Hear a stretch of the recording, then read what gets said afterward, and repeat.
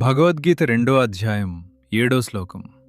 సాంఖ్యయోగం అర్జున ఉవాచ కార్పణ్యదోషోపహత స్వభావః పృచ్ఛామి త్వాం ధర్మసమ్మూఢచేతాః యచ్ఛ్రేయః స్యాన్నిశ్చితం బ్రూహి తన్మే శిషస్తేహం సాధిమాం త్వాం ప్రపన్నం. భావం: పిరికితనం, కార్పణ్య దోషం వల్ల నా సహజ స్వభావం దెబ్బతింది.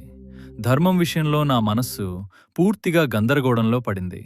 యుద్ధం చేయడం ధర్మమా, చేయకపోవడం ధర్మమా అని తెలియట్లేదు. అందుకే నిన్ను అడుగుతున్నాను, నాకు ఏది నిశ్చయంగా శ్రేయస్కరమో అదే చెప్పు. నేను నీ శిష్యుణ్ణి, నిన్నే శరణు కోరుతున్నాను. దయచేసి నాకు దారి చూపించు.